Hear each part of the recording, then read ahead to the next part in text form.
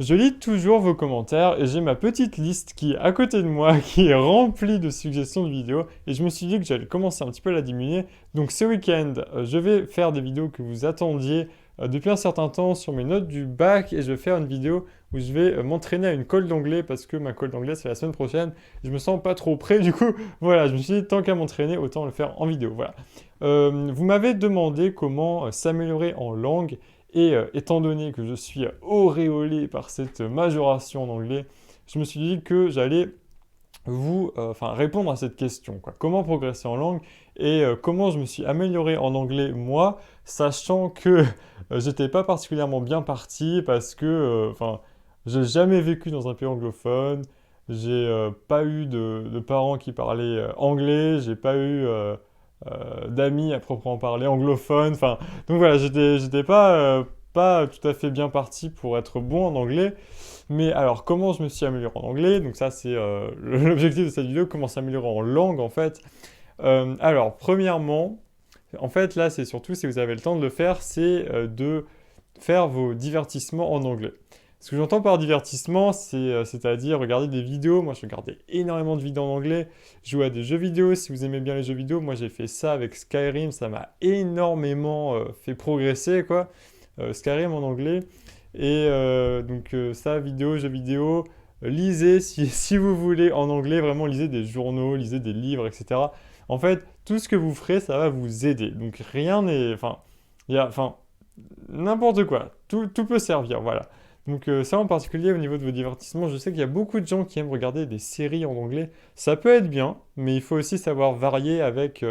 parce que c'est surtout une question de niveau de langue en fait. C'est que les séries, c'est super, mais on nous demande, surtout en prépa, un niveau de langue assez élevé. Enfin, en tout cas, une langue diversifiée qui connaît des synonymes et des tournures grammaticales.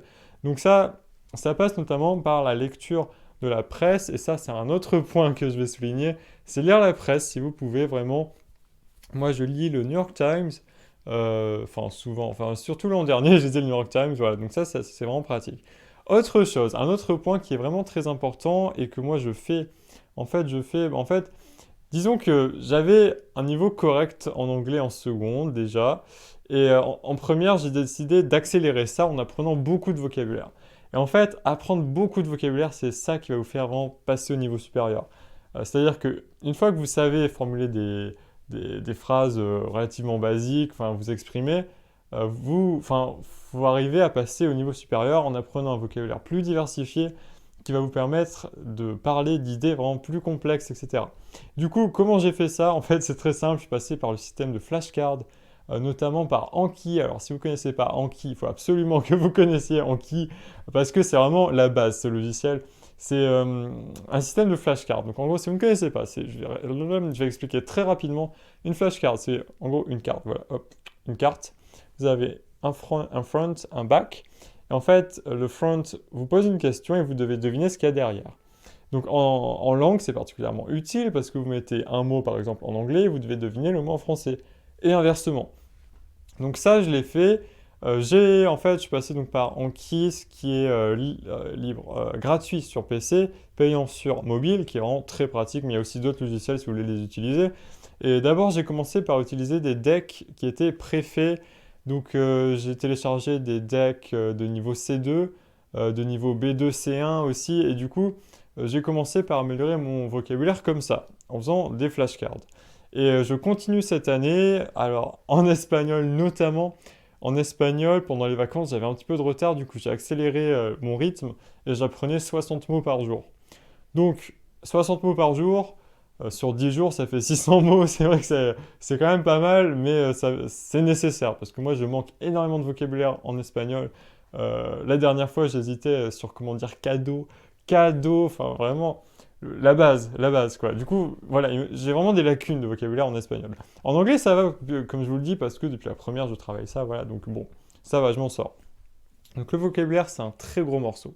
Après, au niveau de la grammaire, etc., vous pouvez lire une chose, donc ça je l'ai déjà dit, mais une chose bien, voilà, c'est lire des choses qui vous plaisent, donc des romans, je sais pas, lisez Harry Potter si vous voulez en anglais, mais voilà, lisez des choses, et si possible des classiques, si effectivement vous voulez faire une classe préparatoire, en particulier littéraire, lisez des classiques. Voilà, des classiques en langue anglaise. Enfin, ce sera utile notamment pour votre culture générale dans toutes les prépas en fait. Donc bon, mais voilà, si vous pouvez, faites-le parce que c'est vraiment bien. Même si vous comprenez pas tout au début, allez-y.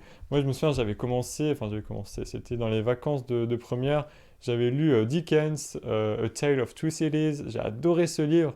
Et par contre, c'était rude. C'était très rude parce qu'il y a des mots qui ont même disparu du vocabulaire anglophone aujourd'hui. Du coup, j'avais un petit peu de mal. Mais bon, ça, c'est bien. Voilà, lire. Et puis ensuite, une dernière chose, écouter. Écouter, ça veut dire quoi? Moi, je vous conseille d'écouter des podcasts. J'avais déjà recommandé un podcast qui s'appelle The Briefing on Monocle 24.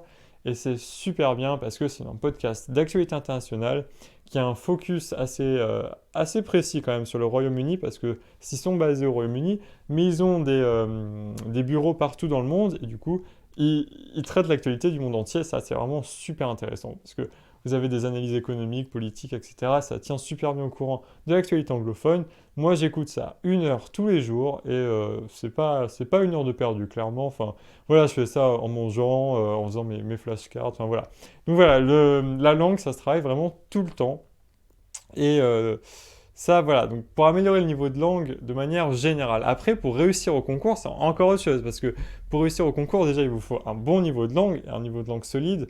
Et en fait, un truc important à savoir, et que je pense à peu près tout le monde qui est en classe prépa sera d'accord avec moi pour dire ça, c'est que tout ce que vous ferez en langue au lycée, ce sera ça de moins à faire en classe préparatoire. Voilà, parce que la langue, c'est quelque chose qui se travaille vraiment sur le long terme. C'est pas... Voilà, enfin, je veux dire, moi, j'ai pas bossé mon espagnol depuis que j'en fais, depuis la sixième, et là, j'ai l'impression de découvrir tout, quoi, cette année. Enfin, c'est fou. C'est fou parce que je commence à travailler en espagnol, voilà. Donc ça, c'est un truc nouveau pour moi. Mais voilà, donc voilà, si vous voulez vous avancer, si vous voulez avoir un bon niveau de langue, bah, travaillez, quoi. Enfin, voilà, il n'y a vraiment pas de secret, mais même, vous pouvez juste, comme je l'ai déjà dit, j'ai l'impression de me répéter là, faire des choses qui vous plaisent, en fait, tout simplement, lire, regarder des vidéos, etc., etc. Voilà. Alors, j'espère que cette vidéo n'est pas trop longue. Effectivement, j'ai encore fait une vidéo très très longue. C'est pas possible. J'espère que 7 minutes, ça va quand même. Enfin bon, dites-moi en fait ce que vous faites vous pour vous améliorer en langue. Euh, si vous faites des flashcards, si vous lisez en anglais ou si vous faites rien du tout. En tout cas, faites au moins ce que vos professeurs vous donnent à faire parce que ça, c'est vraiment la base, notamment au niveau du vocabulaire. En espagnol, on nous en donne pas mal. En anglais, moi, je dois bien vous avouer que je n'apprends pas le vocabulaire qu'on nous donne à apprendre en anglais. Je m'en sors sans, mais j'essaie de travailler la civilisation parce que ça, c'est un truc important. Donc voilà, ça, c'était une vidéo pour répondre à la question comment je me suis amélioré en anglais et comment s'améliorer globalement en langue. Comme ça, je réponds aux deux en même temps. Et voilà, j'espère que ça aura pu vous être utile. Dites-moi donc ce que vous faites. Et puis, on se dit à demain pour une prochaine vidéo. Je pense que demain, je ferai une colle en anglais parce que c'est un très bon entraînement. Voilà. Eh bien, sur ce, à bientôt.